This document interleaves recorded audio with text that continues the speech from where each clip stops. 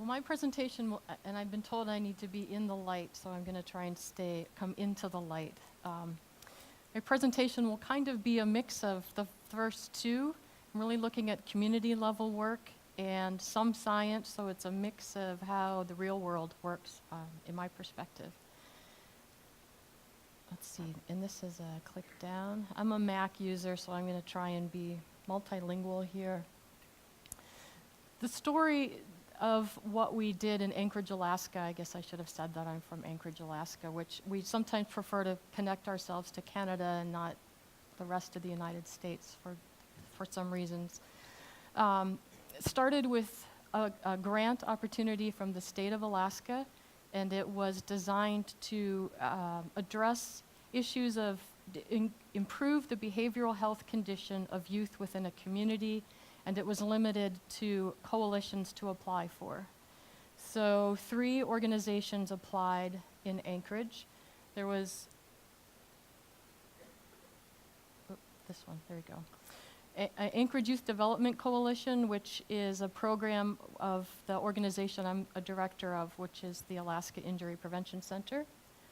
Healthy Voices, Healthy Choices has a focus on substance abuse treatment and prevention, was another coalition.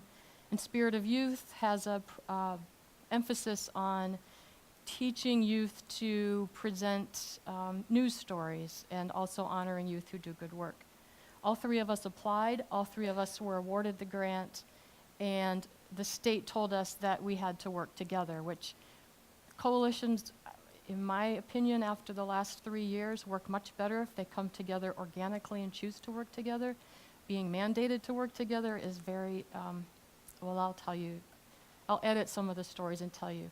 We initially named ourselves the Anchorage Joint Coalition, but marijuana was legalized in the same year, and if maybe you know English, a joint in English is a marijuana cigarette, so we had to take that out of our name and we became the Anchorage Collaborative Coalitions.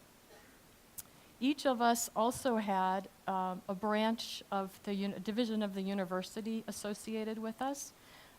Spirit of Youth had Center for Behavioral Health. We had Health Sciences, which is public health, and Center for Human Development that focuses on disability.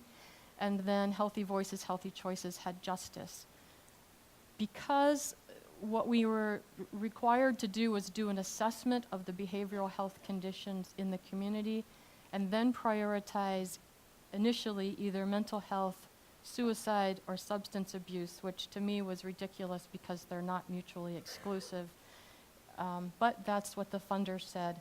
So each of the university arms joined together voluntarily, and they became the University of Alaska research team, which, if nothing else comes out of this except for the fact that all these different ideas of science and humanness they're now working together, and they had never worked together before to do other projects, that's a good thing.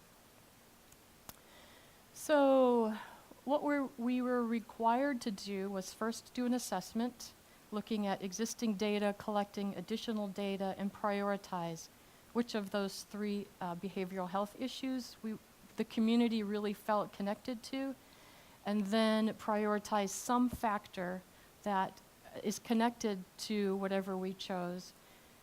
Do some planning, which is well planned is half done. Unfortunately, we had people who said done is done, and that's not necessarily as productive.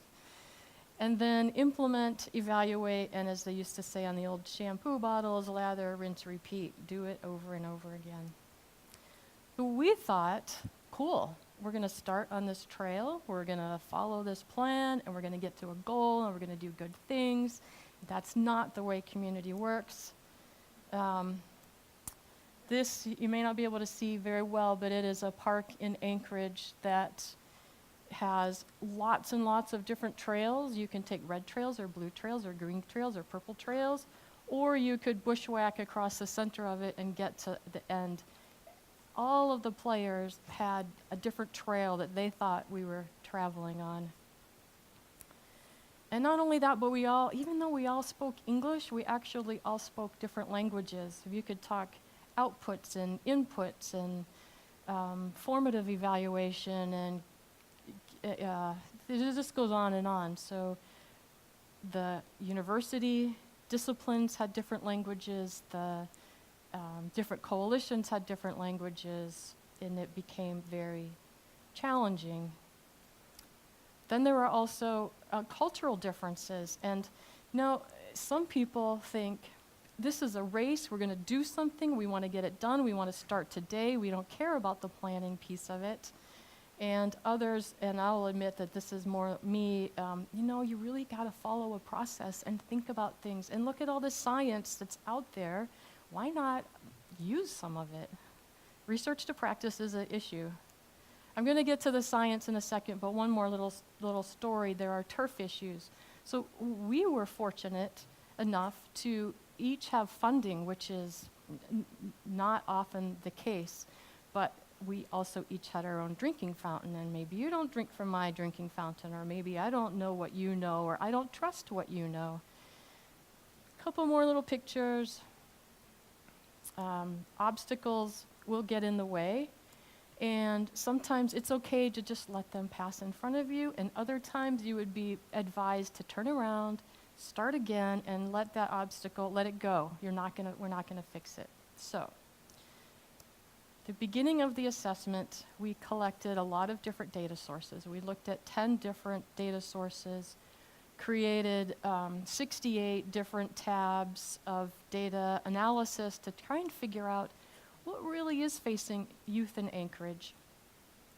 Some of the things that we came up with, and I should say we're really fortunate to have a national survey, the YRBS, Youth Risk Behavior Survey, that has validated questions that comes from the Center for Disease Control.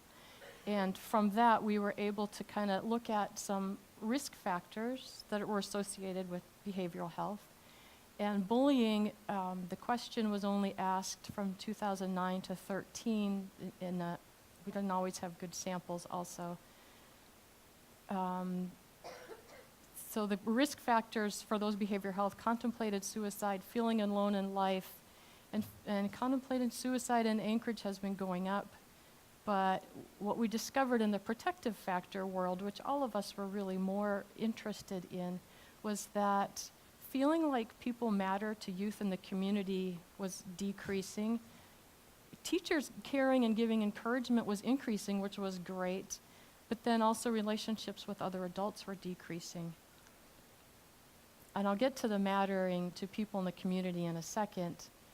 We also, though, were looking at beyond 18-year-olds. And this is, if there's a Stockholm Declaration, I would recommend considering that bullying doesn't end when a person graduates from high school. We had a bully in our coalition who made work as adults working together incredibly difficult. But we had to do another survey because there wasn't good prevalence data for 18 to 25-year-olds. 30% of youth in that young adults in that age group had been verbally bullied in the past year. That's pretty significant, and what voice do they have? So that was something we also took into consideration. What we discovered, not surprisingly, was that those different risk factors, or those different issues, substance use, feeling alone, and seriously considering suicide or attempting, all were predictors of bullying, of having been bullied in school or electronically, and giantly so. So we chose bullying to be the factor, and we also kind of, in English we say punted. We didn't really choose one of those three factors. We kind of said, we're going to do all of them, but we're going to do bullying because it cuts across all issues. We chose a definition for bullying that was from the Center for Disease Control and the National Academy of Sciences, and that was fine with the under 18-year-olds, but the 18 to 25-year-olds, having that conversation, that word isn't a common word. The behavior is common, but the word isn't common. Harassment, discrimination, they have different meanings. So this is an area that we're finding we really need to think about how we're going to deal with it, and I'll tell you some of the ideas that we came up with. We also did some regression analysis and determined that of all the different risk and protective factors, mattering to people in the community cut across all of the different issues. Now, unfortunately, in the Youth Risk Behavior Survey, Alaska created this question without really having an idea what it means to youth. So, and it's not a CDC question, so it hadn't been validated, and it really, we don't know if it's even, we don't know what it's reliable of. So we had to do some follow-up survey to determine what does this mean, and we surveyed youth, we did focus groups with youth, and they said lots of different things, which doesn't really help, but it helps a little bit. But the key things they said were they want to feel safe, and that makes them feel like they matter in their community. They want to feel respected and heard, and they want to be able to make a difference. That's fine for matter. Then there's community. What does community mean to them? And that had all kinds of different socio-ecological model. You could start just me, my friends, my family, the school, the whole city.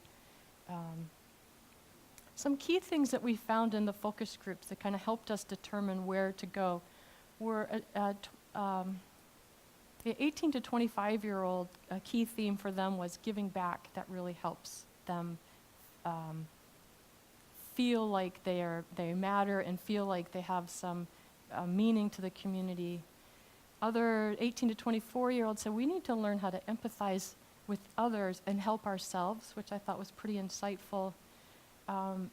12 to 14-year-olds, there was a theme of we need to be able to get together and maybe with parents and other kids, not just parents, not just kids.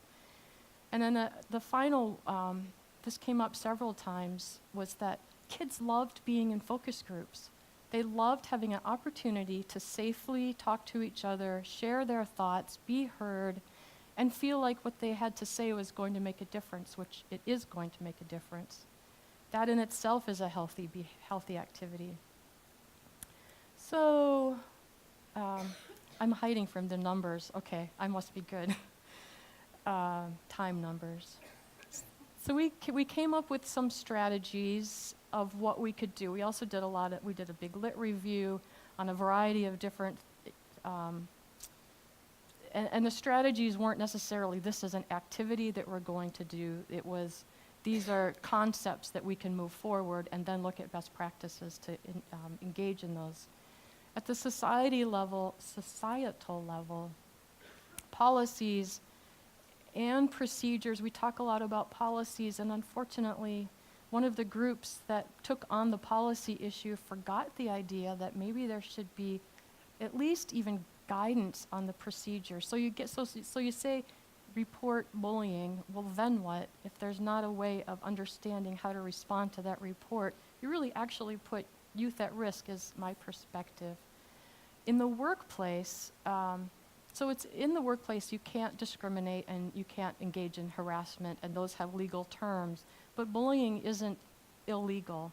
So unless a workplace actually says in their policies something about bullying, it's maybe impolite, but it can happen. And there's a move in the US to start implementing policies in the workplace, especially for young workers who are particularly vulnerable. They need to pay their rent, and there are sometimes employers or supervisors who don't behave well to their younger employees. Long-term, from the community level, we're working with the schools. The nice thing about youth-serving organizations is it's much less bureaucracy and change can happen more quickly.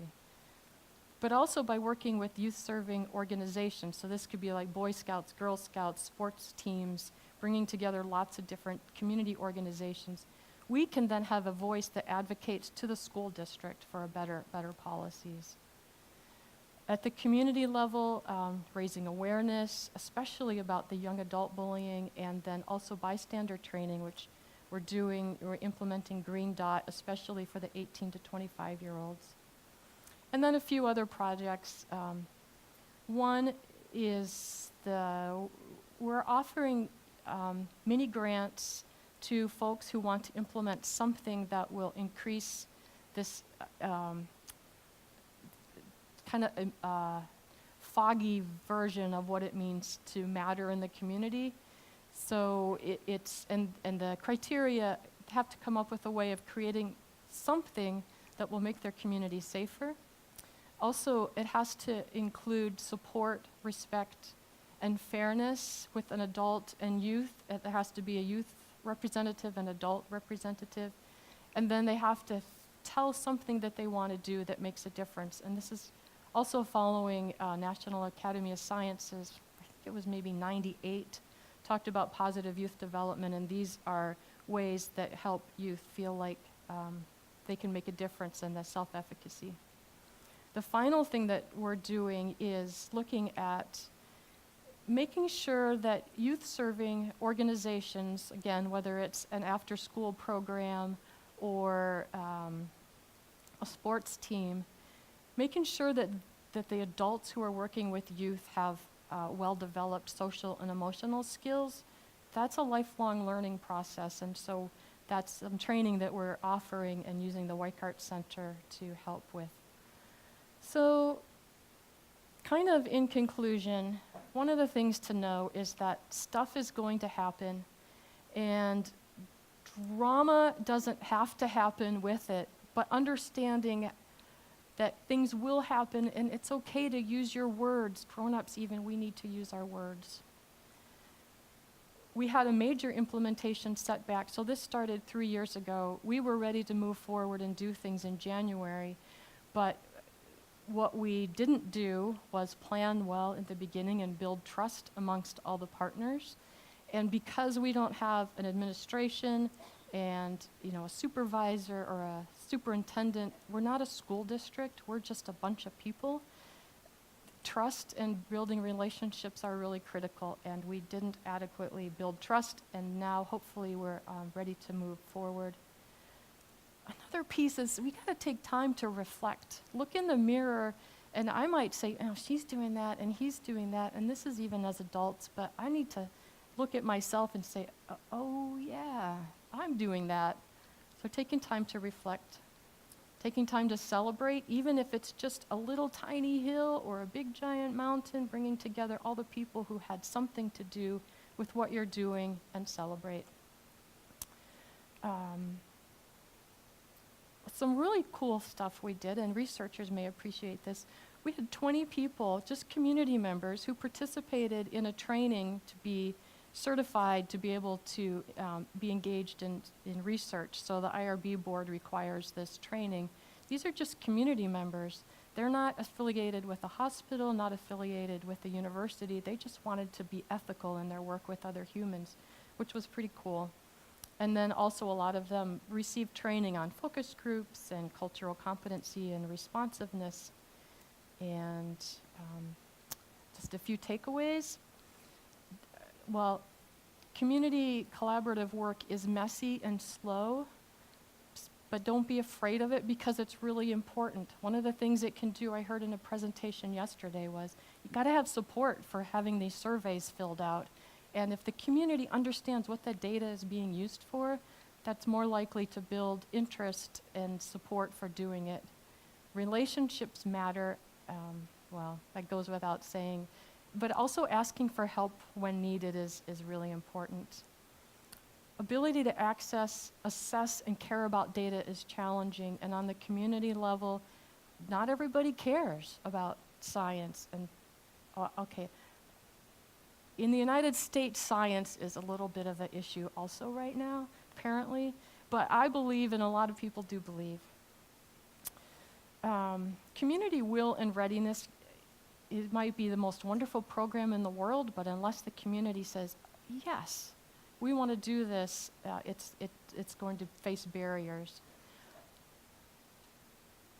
And I think all of this helps build sustainability because, for one thing, it brings in a bunch of different stakeholders, a lot of champions grow from the process, and just recognizing that coalition work, if you're engaged in it, especially dealing with bullying, is messy, slow, and difficult, but it's worth it. So there you have it.